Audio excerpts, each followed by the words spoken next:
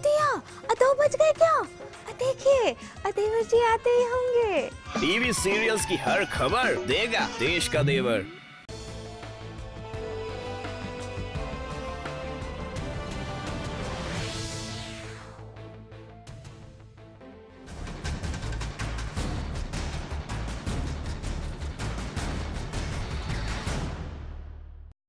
और आज का मुद्दा है IBN 7 की खबर के असर पर। सोमवार को हमने अयोध्या में बजरंग दल की तरफ से आयोजित नफरत की ट्रेनिंग पर बहस की थी और इसके अगले ही दिन पुलिस ने बजरंग दल के खिलाफ केस दर्ज कर लिया। अब सवाल ये है कि क्या यूपी में चुनाव से पहले माहौल बिगाड़ने की कोशिश हो रही है? इसी पर हम करेंगे आज का मुद्दा में बड़ी बहस की शुरुआत करें उससे पहले देखिए ये रिपोर्ट और ठीक 3 मिनट 13 सेकंड बाद चर्चा शुरू करेंगे।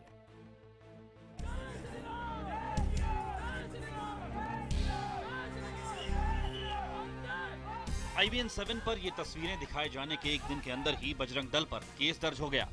यूपी के अयोध्या में ये बजरंग दल का शौर्य प्रशिक्षण शिविर है। अपने कार्यकर्ताओं को मुश्किल हालात से निपटने और आतंकवादी हमले की सूरत में जवाबी कार्रवाई की ट्रेनिंग दी जा रही है। मगर इस ट्रेनिंग के लिए फैजाबाद कोतवाली में बजरंग दल और उसके कार्यकर्ताओं के खिलाफ पुलिस ने IPC की धारा 153A के तहत केस दर्ज किया है। बजरंग दल द्वारा एक कार्यक्रम आयोजित था जिसमें 2 समुदाय के बीच में यानी कि आपसी टकराव दिखाया गया। उस प्रकरण को पुलिस ने संज्ञान में लेकर मुकदमा दर्ज किया, कार्रवाई की जा रही है। केस आखिर क्यों दर्ज हुआ ये जानने के लिए इन तस्वीरों पर जरा गौर फरमाइए। बजरंग दल के कार्यकर्ता आग के गोलों के बीच से निकल रहे हैं। आग की दीवार पार कर वो आतंकियों के गेटअप में आए लोगों पर हमला बोलते हैं और उन्हें ढेर कर देते हैं। बेशक ये सिर्फ ट्रेनिंग है और यहाँ न तो बंदूक असली है न आतंकवादी, मगर आतंकियों के गेटअप को जरा ध्यान से देखिए। दाढ़ी बढ़ाए हुए और गोल टोपी पहने हुए लोग आतंकियों के गेटअप में हैं। सवाल ये कि क्या एक खास मजहब के लोगों को बदनाम करने की साजिश रची जा रही है? इसी सवाल को लेकर तमाम दलों ने बजरंग दल और इसे सही ठहराने वालों की जमकर लानत मलानत की है।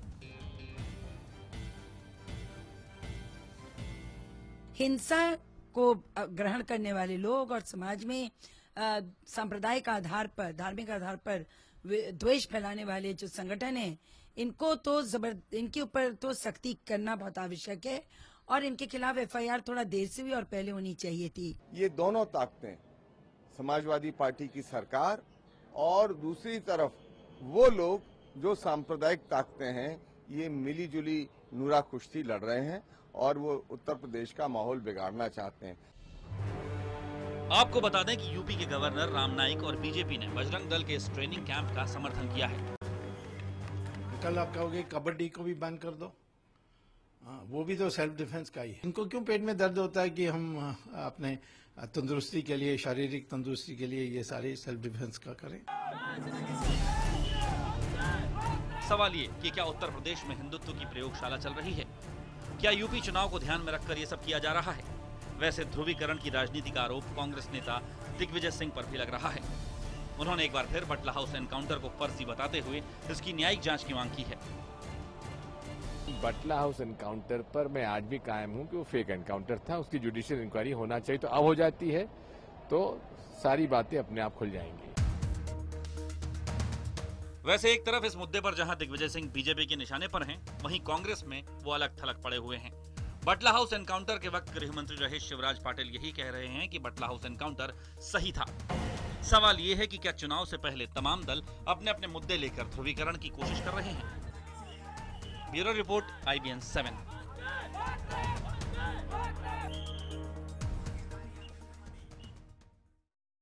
और इसी से जुड़े कुछ अहम सवाल जो कि आज हम मुद्दा में उठाएंगे, करेंगे चर्चा। क्या नफरत की ट्रेनिंग कैंप के आयोजकों को तुरंत गिरफ्तार किया जाना चाहिए, होगा पहला सवाल। दूसरा अहम सवाल ये कि क्या चुनाव से पहले यूपी में एक बार फिर से ध्रुवीकरण का खेल खेला जा रहा है? अहम सवाल ये कि क्या बजरंग दल को सामने रखकर सियासी रोटी सेकी जा रही है? क्या दिग्विजय सिंह ने जानबूझकर फिर से बटला हाउस का मुद्दा उठाया है? और क्या यूपी चुनावों में सभी दल वोट बैंक पक्की करने में जुटे हुए हैं? तमाम ऐसे सवाल हैं जिनके इर्द गिर्द रहेगी हमारी आज की चर्चा, खास मेहमानों के साथ। और परिचय आपका करा देती हूं, भोलेंद्र शर्मा संयोजक शौर्य प्रशिक्षण शिविर के हमारे साथ मौजूद हैं। जमीयत उलमा हिंद के सचिव अब्दुल हमीद नोमानी जी हमारे साथ मौजूद हैं।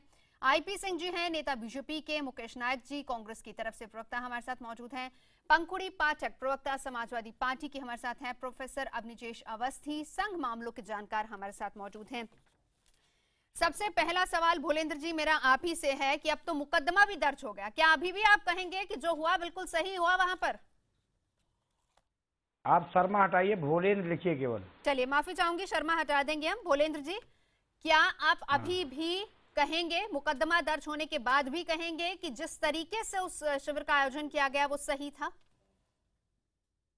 अभी देखिए, एक तो मैं ये कहना चाहता हूँ कि यह शिविर बहुत 20 वर्षों 30 वर्षों से चल रहा है और आज तक सेवा सुरक्षा इसी तरीके से चल रहा है भोलेंद्र जी, इसी तरीके से चल रहा है। एक तरफ एक धर्म के लोग होते हैं, केसरिया पट्टी बांधे, सामने खास समुदाय के लोगों को एक खास भेष में रखा जाता है, क्या इसी तरीके से चलता है ये शिविर? नहीं, ये क्लियर कर दीजिए ना, शिविर चल रहा है, आपत्ति इसको लेकर है, शिविर क्यों चल रहा है इस पर आपत्ति नहीं है, आप चलाइए शिविर। सुनिए, नहीं आप सुनिए, देश में कहीं भी वह केवल जो है आतंकवाद के विरोध में एक दृश्य था और वह कभी भी आप देखेंगे वार्षिक उत्सव में तमाम तरह के ऐसे कॉलेजों के वार्षिक उत्सव में भी इस तरीके से दृश्य प्रस्तुत किए जाते हैं, लेकिन उस तरीके से आतंकवाद के विरुद्ध था। वहां पर क्या किसी विशेष धर्म को टारगेट किया जाता है? नहीं, विशेष धर्म नहीं, उसमें इतने सारे लोग हैं, सारे लोग टोपी नहीं पहने हैं, आप देख लीजिए पहनने वाले भी आतंकवादी कह रहे हैं तो आप तस्वीरें देख लीजिए, तस्वीरें चल रही हैं आपके सामने भी होंगी, देख लीजिए। तस्वीरें मैं देख रहा हूं। अपना जो कार्य है, यह कार्य केवल इस देश के समाज को आतंकवाद के विरुद्ध लड़ने के लिए तैयार करने के लिए, नौजवानों को तैयार आगे लाने के लिए बजरंग दल का प्रशिक्षण है। ये बहुत अच्छी बात है, ये सही कह रहे हैं आप। अगर आपकी सोच ये है तो उसको हम कतई गलत नहीं ठहरा रहे हैं, लेकिन जो निशाना है, जो मकसद है, जो टारगेट है, जहाँ पर विशेष धर्म को दिखाया गया है, आपत्ति उस पर है। आतंकवाद से आज हमारी सेना, आज हमारी पुलिस इतने वर्षों से लड़ रही है और आज आतंकवाद से हम निजात नहीं पा रहे हैं, और जिस दिन इस देश का समाज खड़ा हो जाएगा आतंकवाद के विरोध में, उस दिन क्या आतंकवाद सिर्फ आतंकवाद का कोई मजहब होता है? ये भी बता दीजिए फिर, आतंकवाद का कोई मजहब होता है क्या? किसी विशेष धर्म के लोग आतंकवादी होते हैं? देखिए, लेकिन किसी मजहब के जो मजहब है, किसी मजहब के ज्यादा आतंकवादी होंगे, किसी मजहब के आतंकवादी कुछ कम होंगे, लेकिन एक विशेष मजहब के विशेष आतंकवादी, आज अयोध्या में घटना घटी, वो किस मजहब के आतंकवादी थे? आज अयोध्या में जो दुर्घटना हुई आतंकवादियों की, वो किस मजहब के थे? दाढ़ी लगाना, स्कल कैप पहनना, इसका मतलब क्या हुआ? इसका मतलब तो यही है कि ये आप किसी एक विशेष मजहब को दिखा रहे हैं वहां पर? नहीं, अब तो मुकदमा भी दर्ज हो गया, अब छोड़िए बात है, अब तो मुकदमा भी दर्ज हो गया। IBN7 ने खबर दिखाई जिस वक्त ये तस्वीर आई, सबसे पहले हमने खबर दिखाई थी और देखिए मुकदमा दर्ज हो गया। फिर अरे मुकदमा तो ठाकुर प्रज्ञा सिंह के दर्ज हो गया, मतलब आप कानून को भी नहीं मानते हैं, आप कानून को भी नहीं मानते, ऐसे तमाम मुकदमे दर्ज हो, आपको कोई फर्क नहीं पड़ता उससे? देखिए, ऐसा है, शासन प्रशासन के हाथ बहुत लंबे होते हैं, ठीक है ना, वो देशभक्तों को जो है आतंकवादी घोषित करेंगे, आतंकवादी को देशभक्त बनाएंगे, और यह देश में चल रहा है। अब ये कौन सी देशभक्ति है? मैंने पहले भी कहा, ये कौन सी देशभक्ति, ये बता दीजिए। क्या आपकी देशभक्ति ये सिखाती है कि अपने ही मुल्क के, अपने ही भाइयों को टारगेट बनाया जाए, गोली का निशाना बनाया जाए? JNU को देख लीजिए, मैं अभी JNU को देख लीजिए, अभी जो है बटला हाउस को देख लीजिए, अभी इशरत जहां को देख लीजिए, आतंकवादियों को देशभक्त साबित करने का ऐसा प्रयास चल रहा है, और देशभक्तों को कैसे जो है आतंकवादी साबित करने, ये भगवा आतंकवाद क्या है? कर रहे हैं आप? मत कीजिए ना, आप वहां पर एक नॉर्मल, आप देखिए जो लोगों ने, जिन लोगों ने गन ली हुई थी, क्या उन्होंने स्कल कैप पहनी? क्या वो दाढ़ी में थे?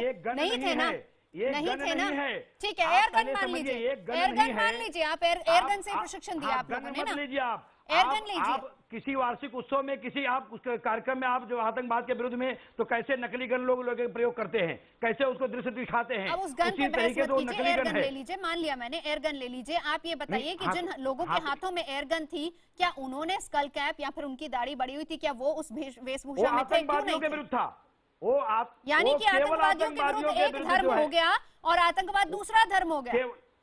उसमें एक वहाँ धर्म दिखाया नहीं गया, उसमें सर्वधर्म वहाँ उसमें कुछ सारे लोग टोपी नहीं लगाए हैं। आप किसी एक टोपी को नुमानी जी, अब तो मुकदमा भी दर्ज हो गया। IBN 7 ने सबसे पहले खबर दिखाई। बार बार ये कहूंगी कि जिस तरीके का प्रशिक्षण शिविर था उससे आपत्ति नहीं थी, आपत्ति उस बात को लेकर कि जिस तरीके से एक धर्म विशेष को टारगेट किया गया। नुमानी जी जवाब रख दीजिए। देखिए, सबसे पहले तो मैं जो IBN 7 को जो धन्यवाद देना चाहता हूँ कि आपने खबर दिखलाई जिसका जो है ये जो है प्रभाव हुआ कि मुकदमा दर्ज हुआ। देखिए, आप जो है प्रशिक्षण जो है लीजिए दीजिए, ये जो है कोई मुद्दा नहीं है, और जो है आतंकवाद जो है बड़ा मुद्दा है जिससे सबको लड़ना है। तो उसमें जो है वो सिख भी होंगे, मुस्लिम भी होंगे, ईसाई भी होंगे, पारसी भी होंगे, सब जाएंगे उसमें। इतना बड़ा बोझ जो है बजरंग दल के ही जो है कंधे पे क्यों डाला जाए, सब इसमें ये करेंगे। अगर अनुमति मिलेगी सरकार की ओर से और जो है प्रशासन से तो सभी जो है वो ये प्रशिक्षण करेंगे। लेकिन आप जो है समुदाय विशेष को जो है टारगेट करके, जो उसकी एक पहचान से जुड़ी हुई बात है, टोपी जो है, दाढ़ी है, इस तरह आप दिखला रहे हैं। आप जो है यहाँ का गृह मंत्री जो है, जो आज है, और जो है पहले के जो गृह मंत्री थे चिदम्बरम और प्रधानमंत्री मनमोहन सिंह, कहा कि सबसे बड़ा आंतरिक खतरा और आतंकवाद जो है वो नक्सल है। तो नक्सलवादियों को जो है आप क्यों नहीं दिखला रहे हैं? आप जो है वो सिर्फ जो है ऐसे जो है प्रतीकों का क्या जो है क्यों जो है यूज कर रहे हैं जो एक समुदाय विशेष है? क्या आपको प्रशासन पे, फौज पे, पुलिस पे जो भरोसा नहीं है जो आप जो है मुकाबला करेंगे आतंकवादियों का? सिर्फ आपकी जिम्मेदारी है। देखिए, नक्सलवाद और आतंकवाद दोनों बराबर नहीं कर सकते हैं।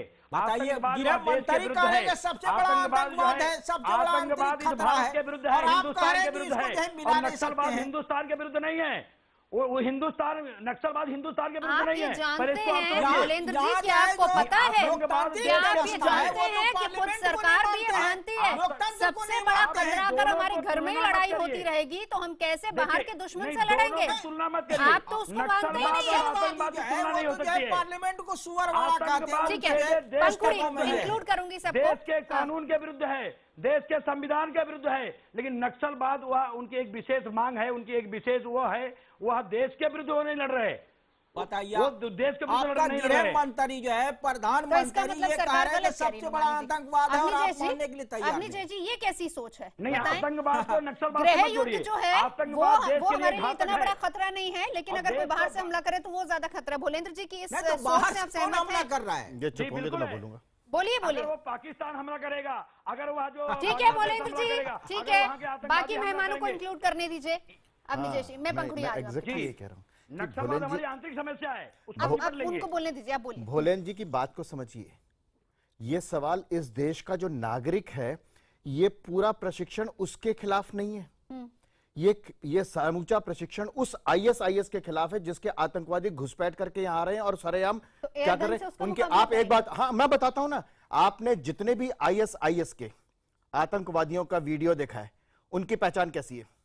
पर ये बताइए। नहीं, आप बताइए ना। मैं उस पर जाऊंगी आप नहीं, क्यों नहीं जाएंगे आप? मैं जाऊंगी। अरे ISIS के समूचे आतंकवादियों की पहचान कैसे होती है? ओसामा बिन लादेन की पहचान, मैं ये नहीं कह रहा हूँ कि नुमानी साहब है, ये बिल्कुल नहीं है। टोपी लगाई हुई थी, बताएं। संसद पर हमला हुआ, क्या दाढ़ी टोपी वाले लोग थे? बताएं। मैं एग्जैक्टली यही कह रहा हूँ कि वो जो दिख रहे हैं ना, वो जो दिखाई दे रहे हैं ISIS में, इसका मतलब हमारे देश का जो नागरिक है उसको समझा करके, बुझा करके, उसके साथ शांति से वार्ता करके साथ लाना है। लेकिन देश का, विदेश का जो है ना, ये जो आपके लोग हैं, हमारी आर्मी फेल हो गई, आर्मी फेल हो गई, आपका नजरिया गलत है, आपका नजरिया नहीं। नक्सलवादियों के खिलाफ देश के एक, हमारे देश का नागरिक, उसके खिलाफ देश का दूसरा नागरिक हथियार उठाइए, ये संभव नहीं है। ये तो बहुत अजीब बात कर रहे हैं अवनी जय जी, ये तो बहुत अजीब सोच है। अरे नहीं, मैं अजीब बात नहीं कर रहा हूँ। ये सुप्रीम, आप तो सरकार से उल्टी लाइन ले रहे हैं, संघ से भी उल्टी लाइन ले रहे हैं। नवजोत जी, सलवा जुडूम पे सुप्रीम कोर्ट का ऑर्डर है ये सोच ही नहीं है। सलवा जुडूम पर ऑर्डर है ये। अरे नवजोत जी, आप गलत कह रही हैं ये बात। नहीं अवनी जय जी, कैसे आप बताइए, आप मुझे गलत करिए। सलवा जुडूम जहां पर देश के नागरिकों को नक्सलवादियों के खिलाफ सैन्य प्रशिक्षण देने की बात हुई, सुप्रीम कोर्ट ने कहा ये नहीं। इसलिए मैं कह रहा हूं, देश का एक नागरिक दूसरे नागरिक से नहीं लड़ेगा, वो चाहे किसी भी धर्म का हो, किसी भी पंथ का हो, किसी भी मजहब का हो। एक नागरिक दूसरे हमारे नागरिक से फौजियों नहीं को लड़ेगा, मार दे, लेकिन जवानों को मार दे, लेकिन आप हम सुन उनको तो कुछ लीजिए ना, नहीं आप सुन कहेंगे, तो है ना? लीजिए ना, देश आप के ये बताइए, देश अब के मुझे इस सवाल का देश जवाब के दीजिए, खिलाफ साजिश वो करने वाला, जवानों को मार देश दे, के माइंस खिलाफ, बिछाएं, देश के पूरी खिलाफ, पूरी पलटन को देश उड़ा के दे, खिलाफ आप उनके खिलाफ हथियार नहीं उठाएंगे? आप मेरी बात सुनेंगे ना, पहले आप इस बात का जवाब दीजिए ना। सुनाइए, मैं आपसे सीधा ये पूछ रही हूँ, वो जवानों को मार दे, पूरी पलटन वहां पर जाती है, पूरे नक्सली वहां पर जवानों को मार देते हैं, लेकिन हम उनके खिलाफ हथियार नहीं उठाएंगे? नहीं, मैं ये नहीं कह रहा हूँ कि उनके खिलाफ नहीं है, मैंने ये नहीं कहा, बिल्कुल भी नहीं कहा। नक्सलवाद एक समस्या, और नक्सलवाद निश्चित रूप से इस देश के भीतर एक इतनी बड़ी समस्या है जिसमें देश की शांति को वो भंग करना चाहते हैं। उसको कैसे सॉल्व करेंगे फिर आप? अगर आप कह रहे हैं कि हमारा तो टारगेट ही ISIS है, तो फिर पहले अंदर के गृह युद्ध को तो सॉल्व कीजिए। नहीं, नहीं, IS वालों को दिखाते तो कोई मुद्दा नहीं था, उन लोगों का जो एक काला लिबास है, एक तरह जो है वो झंडा है, उसमें आप लड़ाते। निश्चित रूप से एक भी इसमें IS आदमी नहीं देख रहा है। देश का हर नागरिक, वो किसी भी मजहब, पंथ, धर्म, जाति, वर्ण, वर्ग का हो, उस नागरिक के खिलाफ दूसरा नागरिक कोई भी कानून अपने हाथ में नहीं लेना चाहता, कोई भी नहीं लेना चाहता, कोई भी नहीं। लेकिन और जो लेना चाहता है उसकी हालत पता है कैसी होती है? रॉकी यादव जैसी, दाढ़ी टोपी वाले देश के नागरिक। नहीं, रॉकी यादव जैसी हालत होती है कि उसने कहा कि मैं बिंदी यादव का बेटा हूं, मेरी गाड़ी ओवरटेक कैसे की? उसके खिलाफ भी हथियार उठाने चाहिए, उसके खिलाफ नहीं, आप बताइए ना, उसके खिलाफ हथियार उठाने की बात करेंगे? आप कहेंगे ना कानून, आप कहेंगे ना कानून के हिसाब से बात करेंगे। नहीं, मैं मुद्दे से नहीं भटका रहा हूं, मैं बिल्कुल भी। देश का कोई भी नागरिक। नायक जी, माफ कीजिएगा, मुकेश नायक जी, मैं आपके पास आना चाहूंगी। इस सोच से क्या सहमत हैं? पंखुड़ी, बस आती हूँ आपके पास, माफी चाहूंगी। मुकेश जी, इस सोच से बिल्कुल कोई सहमत नहीं हो सकता। ये ISIS की बात कर रहे हैं, मैं इनसे पूछना चाहता हूं कि ISIS इराक में मुसलमानों को मार रही कि हिंदुओं को मार रही? ISIS सीरिया में मुसलमानों को मार रही कि हिंदुओं को मार रही है? हिंदू मुसलमान के चश्मे से बाहर नहीं निकल सकते। पाकिस्तान में जिन लोगों को मार रहे हैं, मुसलमान के चश्मे से बाहर नहीं निकल सकते। बच्चों की हत्या कर रहे हैं, अरे वो किसी को मार रही है, लेकिन वो एक इंसानियत को और मानवता को मार रही है। संगठनों का संबंध इसमें हिंदू और मुसलमान कहीं नहीं आता बीच में। ये आप देखते हैं ना, आपके लिए वोट बैंक है, दरअसल आपके लिए वोट बैंक है, आपके लिए राजनीतिक स्वार्थ है। नहीं, ये गलत बात है ना। नवजोत जी बिल्कुल गलत आरोप है। उन्होंने क्या मुसलमानों को मार रही है? नहीं, चला रहे हैं। इराक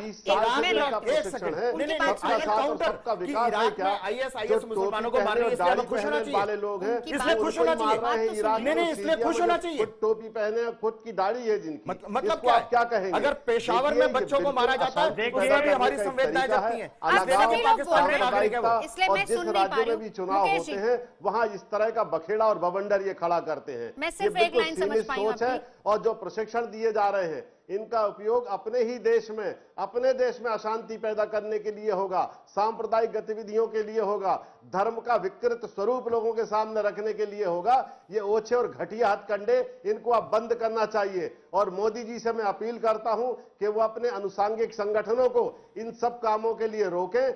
2 साल की बीजेपी के कार्यकाल की पूरे देश में समीक्षा हो रही है, और गंभीर सवाल देश में उठाए जा रहे हैं सरकार की परफॉर्मेंस को लेके। ऐसे समय में ऐसे मुद्दे उछाल देना, IP सिंह जी भी मौजूद है, IP सिंह जी मौजूद है, पंखुड़ी हमारे साथ मौजूद है।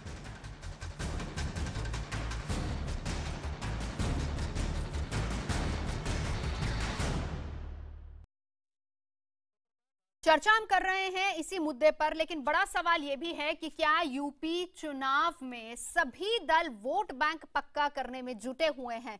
मैं सबसे पहले जाना चाहूंगी पंखुड़ी आप ही के पास। मैं आ रही हूँ IP सिंह जी, आप ही के पास आ रही हूँ, क्योंकि आप दोनों रहते हैं। पहले आपका रिएक्शन ले लो, फिर डिबेट को पूरा ओपन करेंगे। पंखुड़ी, हमने ये खबर दिखाई, लेकिन 3 दिन लग गए आपकी सरकार को कार्रवाई करने में। क्या पुलिस जो है वो डरती है वहां पर? क्या डर के काम करती है? यानी कोई प्रेशर नहीं होगा तो कोई कार्रवाई नहीं होगी? नहीं, ऐसा कुछ नहीं है, डर की या दबाव की कोई बात नहीं है। देखिए, ये संघ और संघ से जुड़े संगठन जिस तरह का एक बहुत खतरनाक खेल उत्तर प्रदेश में खेल रहे हैं, और वो भी चुनाव को मद्देनजर रख के, पुलिस को और वहाँ की लोकल एडमिनिस्ट्रेशन को बहुत सेंसिटिव होना पड़ता है। हमने देखा सहारनपुर में क्या हुआ, आजमगढ़ में क्या हुआ। तो किसी तरह की भी कार्रवाई करने से पहले पूरी जांच पड़ताल करनी जरूरी होती है, और हमने तुरंत कार्रवाई इसमें करी है। अब जहां तक बजरंग, 3 दिन लग गए थे कार्रवाई करने में? नहीं, 3 दिन की बात नहीं है, ये तुरंत आपने ये कल पहले दिन तो वकार साहब सीधे ये कह रहे थे कि हमने देखा नहीं, हम देखेंगे मामला। उसके बाद अगले दिन उन्होंने कहा कि हाँ इस पर अब आदेश दिया गया है पुलिस को। दूसरे दिन उन्होंने ये बात कही। यहीं पर इसी कार्यक्रम में बैठकर वकार साहब ने बोला था इन्वेस्टिगेशन होती है, प्रिलिमिनरी इंक्वायरी होती है, वो सब करने के बाद देखिए अगर हम लोग बिना इन्वेस्टिगेशन के किसी भी तरह की कार्रवाई वहां करेंगे तो आप लोग कहेंगे कि एक संप्रदाय का ये लोग साथ दे रहे हैं या इस तरह की। वहां पे देखिए सेंसिटिव सिचुएशन है, बहुत सोच समझकर पुलिस को एक एक कदम रखना पड़ता है। ये क्या सेंसिटिव सिचुएशन है या आप भी बहती गंगा में हाथ धोना चाहते हैं कि चलिए इसका फायदा कहीं आपको भी मिल जाए तो सही है? नहीं, हमारा इसमें आप इस बात को समझिए कि संघ और संघ से जुड़े संगठन यहाँ पर क्या करने की कोशिश कर रहे हैं। ये जो जिस तरह का लोगों में ये भय ये लोग फैलाने की कोशिश कर रहे हैं कि इस तरह की सांप्रदायिक दिक्कत कोई भी वहां पर नहीं है, पर इसको बनाने की कोशिश, इसको एक मुद्दा बनाने की कोशिश करी जा रही है चुनाव। आप लोग जब बोल रहे थे मैंने एक शब्द नहीं कहा, आप मुझे 2-3 जो बजरंग दल के यहाँ पर हमारे साथी हैं उनके इस देश को इस प्रशिक्षण शिविर के बारे में कैसे मालूम चला? कब का है ये? परसों का है, ये 3 दिन पहले। कब का है ये? आप रिपोर्ट आपने अब किया है, ये फोटो किस दिन की है? 13 मई की। 13 मई की, 13 मई से लेके आज 25 मई तक, नोएडा में भी हुआ 13 मई से लेके 25 मई तक उत्तर प्रदेश में कोई भी सांप्रदायिक घटना घटी नहीं? घटी ना। इसका पता कैसे मालूम चला? मीडिया के माध्यम से। मीडिया ने इसको हाईलाइट किया, कहीं किसी तरीके की घटना। और ये कह रहे हैं, पंखुड़ी जी कह रही है कि संघ और संघ युवाओं के दिमाग कोशिश कर रही है भय फैलाने का। किसके भीतर भय फैला? कहीं है ही नहीं, किसी के सामने भय है ही नहीं, किसी को मालूम ही नहीं था, किसी को मालूम ही नहीं था, दिमाग में डाले किसी को मालूम ही नहीं था, इसका फायदा किसी को मालूम ही नहीं था चुनाव में लेने का। कहाँ भय फैला? कौन भयभीत हुआ? मुझे 1 मिनट मैं वही बात कर रही हूँ ना, स्थानीय प्रशासन को पुलिस को पता था। आप ये तो बताइए ना, भयभीत कौन हुआ? बैठी रही स्थानीय प्रशासन और पुलिस को तो पता था ना। भयभीत कौन हुआ? जवाब दे रही ना, बोलने का मौका तो दीजिए। जी हाँ बोलिए, भयभीत कौन हुआ? बजरंग दल के जो हमारे साथी यहाँ पर हैं, मैंने सारी बात उनकी सुनी। 2-3 सवाल मैं उनसे करना चाहती हूँ। मैं बजरंग दल की बात नहीं कर रहा, आपने संघ की बात की है, आपने संघ की बात की है। आप ये बताइए संघ ने वहां पर क्या किया? संघ ने किसको भयभीत किया वहां पर? क्या आपने कहा आतंकवादियों संघ से लड़ने की भयभीत कर रहा है। जिम्मेदारी केंद्र सरकार ने क्या बजरंग दल को दी है? या आप लोगों को हमारी सेना पर बिल्कुल भरोसा नहीं है कि हमारी सेना जो है वो आतंकवादियों से या आईएसआईएस से लड़ने की? और पहली बात, ये आईएसआईएस और तालिबान और इन सब की बात कहाँ आती है? और जैसा कि पहले भी यहाँ पर कहा गया, आपने वहां पर आईएसआईएस से लड़ने की बात की।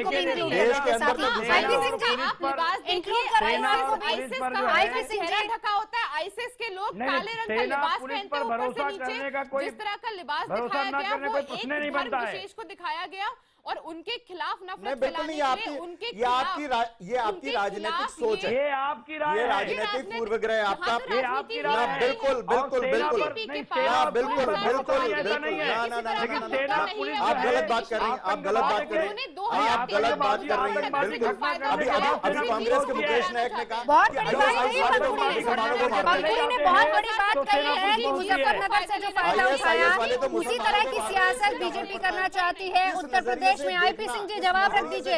आईपी सिंह जी, अवनीश जी, पंखुड़ी मैं रिक्वेस्ट करूंगी प्लीज सुनिए। अवनीश जी, अवनीश जी रुकिए ना please. Avnish ji 1 minute, IP Singh ji भी मौजूद है, उनको भी इंक्लूड कर लेते हैं। पंखुड़ी ठीक है, पंखुड़ी अपनी बात आपने रखी, मैं वापस लौटूंगी आपके पास। आईपी सिंह जी अपनी बात रखिए, मैं वापस लौटती हूँ ना आपके पास, वो भी बहुत देर से इंतजार करे। आईपी सिंह जी, सिर्फ आईपी सिंह जी बोलेंगे प्लीज। करीब 32 से 35 मिनट का वक्त गुजर गया, लेकिन बहुत समय बाद जो था आपने मुझे लेकर आई है। मैं साफ तौर से कहना, मैं माफी चाहूंगी, लेकिन अब आप बोलिए। मैं कहना ये चाहता हूं कि भारतीय जनता पार्टी जाति, पंथ, मजहब और भाषा के आधार पर राजनीति नहीं करती है। माननीय प्रधानमंत्री जी श्री नरेंद्र मोदी जी की सरकार आतंकवाद के खिलाफ सक्षम है, हर तरह से सक्षम है और आतंकवाद को हम बिल्कुल कंट्रोल कर सकते हैं। लेकिन उत्तर प्रदेश का मामला आपको सुनना होगा और 3-4 मिनट का वक्त दीजिए। और यही उत्तर प्रदेश पुलिस थी, यही समाजवादी पार्टी की सरकार थी, यही श्री अखिलेश यादव मुख्यमंत्री थे जब इलाहाबाद में पुलिस ने सिंबल के तौर पर भगवा को रखकर टारगेट किया और उस पर देश में ये तमाम जो सेकुलर फोर्सेस है उस पर कभी आपत्ति नहीं की। क्या उस पुलिस के तमाम बड़े अफसरों के खिलाफ इलाहाबाद में कार्रवाई हुई? क्या उत्तर प्रदेश में 22 मई को जब श्री अखिलेश यादव के साथ अहमद हसन साहब लखनऊ में मीटिंग कर रहे थे और अहमद साहब ने कहा कि 4.5 साल में हमने एक आतंकवादी नहीं गिरफ्तार किए हैं, और समाजवादी पार्टी की यही सरकार अपने मैनिफेस्टो में कहा था कि आतंकवादियों को हम छोड़ेंगे। 14 आतंकवादियों को छोड़ दिया गया और ये सरकार एक बार भी ना हाई कोर्ट गई ना सुप्रीम कोर्ट गई। और ये संजरपुर का मामला जिसको बाटला हाउस कांड में सलमान खुर्शीद ने कहा कि मां सोनिया गांधी फुट फुट कर रोने लगी, और आज वही, क्योंकि संजरपुर में आजमगढ़ जनपद का रहने वाला हूं, आजमगढ़ कितना बड़ा आतंकवाद का अड्डा है, और उस संजरपुर में दिग्विजय ने वहां देशाटन किया। सवाल ये खड़ा होता है जिस पर चर्चा नहीं की। मैं उसी पर आ रही हूँ, उसी पॉइंट पर आ रही हूँ। और ये बजरंग मुकेश जी अब इसका जवाब रख दीजिए। बजरंग दल बटला उसकी बात का जवाब रख दीजिए। दिग्विजय सिंह बयान दे रहे हैं और उसके बाद आपकी पार्टी क्या उससे सहमत है या नहीं, जबकि वो सारी चीजें प्रूव्ड थी। सबसे अहम बात होती है मुकेश जी, हम मजहब के आधार आईपी सिंह जी, मैं इसी का जवाब ले लूं जरा मुकेश जी से। बिल्कुल नहीं करते हैं आईपी सिंह जी। मुकेश जी इसी का जवाब रख दीजिए। बस इतना ना कहें आप लोगों को क्यों अलग रखा जाए? आप आरोप लगाते हैं, आप लोग को क्यों अलग रखा जाए इससे? क्या इस पर आप लोग भी सियासत नहीं कर रहे? आप पर भी आरोप लग रहा है कि आप भी ध्रुवीकरण की राजनीति नहीं कर रहे हैं क्या? इस जवाब के अलावा देखिए दिग्विजय सिंह का ये व्यक्तिगत बयान है। नहीं, मैं जवाब ले लेते ना, जवाब ले लेते फिर आप बोलिएगा। जी मुकेश जी। देखिए, मैं ये कहना चाहता हूं कि हम चाहे हिंदू सांप्रदायिकता हो चाहे मुस्लिम सांप्रदायिकता हो, किसी भी प्रकार की सांप्रदायिकता के खिलाफ एक बात। दूसरी बात मैं ये कहना चाहता हूं बाटला हाउस को लेकर कि दिग्विजय जो आजमगढ़ का सबसे बड़े अड्डे हैं आतंकवाद के। आईपी सिंह जी जरा बाटला हाउस पर इनके विचार सुन लें। आईपी सिंह जी जरा बाटला हाउस पर इनके विचार सुन लें जरा। मुकेश जी बोलिए। मैं ये कहना चाहता हूं कि माननीय दिग्विजय सिंह जी ने एक न्यायिक जांच की मांग की है। हमारे पूर्व गृह मंत्री जी ने ये कह दिया है कि ये फेक इनकाउंटर नहीं था। जो तत्कालीन गृह मंत्री थे शिवराज पाटिल जी को क्या गलत साबित करना चाहते हैं? या महासचिव कांग्रेस का बड़ा था या देश का गृह मंत्री? ये बात नहीं है आईपी सिंह जी, ये बात नहीं है। सवाल ये कि कांग्रेस पार्टी गुमराह मत करिए। कांग्रेस पार्टी दिग्विजय सिंह बोलने में तो मुझे बोल रहे हैं, इनको तो लग रहा है कि कांग्रेस पार्टी पहली बार बैठे हैं। आपका सवाल हो गया? सहमत है दिग्विजय सिंह के बयान से? कांग्रेस पार्टी सहमत है जी। इसी का जवाब रख दीजिए मुकेश जी। देखिए, मैं ये कहना चाहता हूं कि दिग्विजय सिंह ने न्यायिक जांच की मांग की है। आईपी सिंह जी जवाब तो लेने दीजिए ना, रिक्वेस्ट कर रही हूँ, रुकिए जरा, वो जवाब तो लेने दीजिए, उनको बोलने दीजिए। मुकेश जी बोलिए आप। आईपी सिंह जी प्लीज मत बोलिएगा बीच में। मुकेश जी। आरपी सिंह जी कृपया मेरी बात सुने, आपके ही प्रश्न का जवाब दे रहा हूं।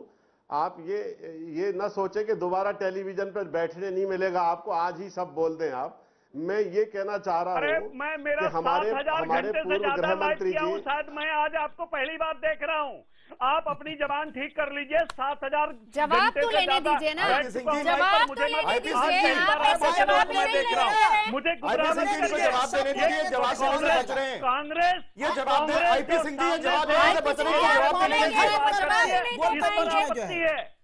बोलने दीजिए ना मुकेश जी। 10 सेकंड में जवाब रखिए। ये पहले इंडिविजुअल अटैक करेंगे या जवाब देंगे, क्योंकि इनके पास कोई जवाब नहीं है। सब तो आप ही कह देते हैं। शिवराज पाटिल पर इनको जवाब देना होगा। आप ही मौका उनको दे रहे हैं ताकि वो जवाब। आप ही जवाब दे लीजिए, आप ही प्रश्न करें। सभ्य आदमी हो, मैं इस तरह की डिबेट में शामिल नहीं होता।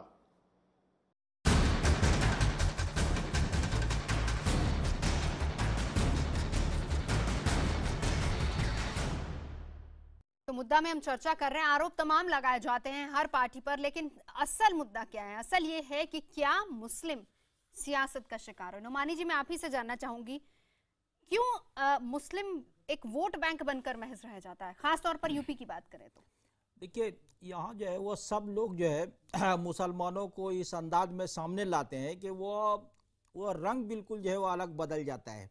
वो भारतीय होने के नाते, वोटर्स होने के नाते जो है वो मुसलमानों को नहीं रखा जाता है। कोई भी पार्टी हार जाती है तो ये मुसलमानों के बारे में बात होती है। क्या जो है 18% लोग जो है वो 82 और 80% लोगों को आप छोड़ के ये मुसलमान किधर जा रहे हैं? आप ये क्यों नहीं कहते कि जनता किधर जा रही है?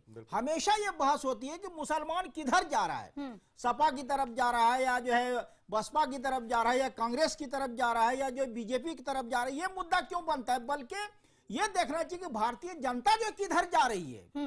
तो अगर आप जो है सबको मिलाकर जो बात करेंगी तो वो बात दूसरी होगी। यहाँ चूंकि पहले जो बांट दिया जाता है कि यादव किधर जा रहा है और छत्री किधर जा रहा है, ब्राह्मण किधर जा रहा है और पिछड़ी जात के लोग किधर जा रहे हैं, तो इस वजह से जो है मामला गड़बड़ होता है। तो यहाँ मुसलमानों की बात जब आती है तो वही जो वोट बैंक की जो है बात आती है, वो मिला के अगर जो है देखा जाए तो जो है ऐसा जो है वो रंग नहीं बनेगा। अब पार्टी भी इस तरह नहीं सोची कि यहाँ तो ठीक है कि जात पात है हिंदुस्तान में, लेकिन ये वोटर के रूप में जो है आप जो है पूरी जनता को देखिए, नहीं कि सिर्फ मुसलमानों को अलग सिर्फ एक तबके को न देखा जाए।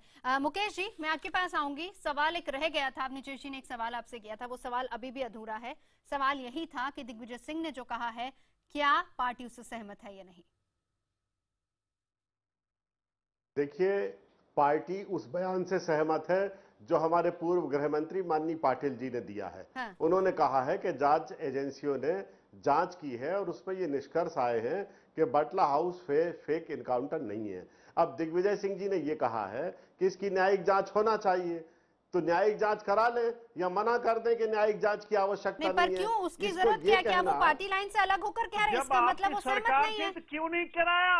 वो सहमत नहीं है उससे। क्यों सो रही थी उस वक्त? भाई यहाँ पर अब इस बात को रखने का क्या मतलब है? आप अगर आरोप लगा रहे हैं बीजेपी पर, तो आरोप आप पर भी लगता है। गृहमंत्री से कांग्रेस सहमत है। मैं सिर्फ इतनी सी बात कर, आरपी सिंह जी एक सेकंड, आरपी सिंह जी एक सेकंड, मुकेश जी उनके खिलाफ कार्रवाई करिए, क्योंकि वो मजहब के आधार पर देश में राजनीति करते हैं, देश को बांटने की। आरपी सिंह जी आपने बोल दिया, आरपी सिंह जी सवाल रख दिया, जवाब ले लेते हैं। करते हैं देश। हाँ, मैं मुकेश जी से एक सवाल जानना चाहता हूँ। हाँ। दिग्विजय सिंह जी क्या अपनी पार्टी के गृह मंत्री को भी कन्विंस नहीं कर पाए न्यायिक जांच के लिए क्या? मुकेश जी, इसका जवाब रख दीजिए। जिस पार्टी के वो महासचिव हैं, उस पार्टी की अपनी पार्टी के गृह मंत्री को कन्विंस नहीं कर पाए। दिग्विजय सिंह अगर अपनी पार्टी के गृह मंत्री को कन्विंस नहीं कर पाए तो इस देश की जनता को क्या कन्विंस करेंगे? हुआ है, पानी की समस्या है, केंद्र सरकार ने उसमें मदद तक नहीं दी। पॉइंट की बात मुकेश जी, जो सवाल किया आप कर्तव्यों का पालन करें, जिस उद्देश्य से आपकी सरकार बनी है वो उद्देश्य पूरा करने में आप काम करें। 15-15 लाख रुपए लोगों के। अरे मुकेश जी, आप भटकिए मत, बात करिए। आप अगस्ता वेस्टलैंड की बात मत करिए। आप अगस्ता वेस्टलैंड की बात फिर हम कभी करेंगे। अगस्ता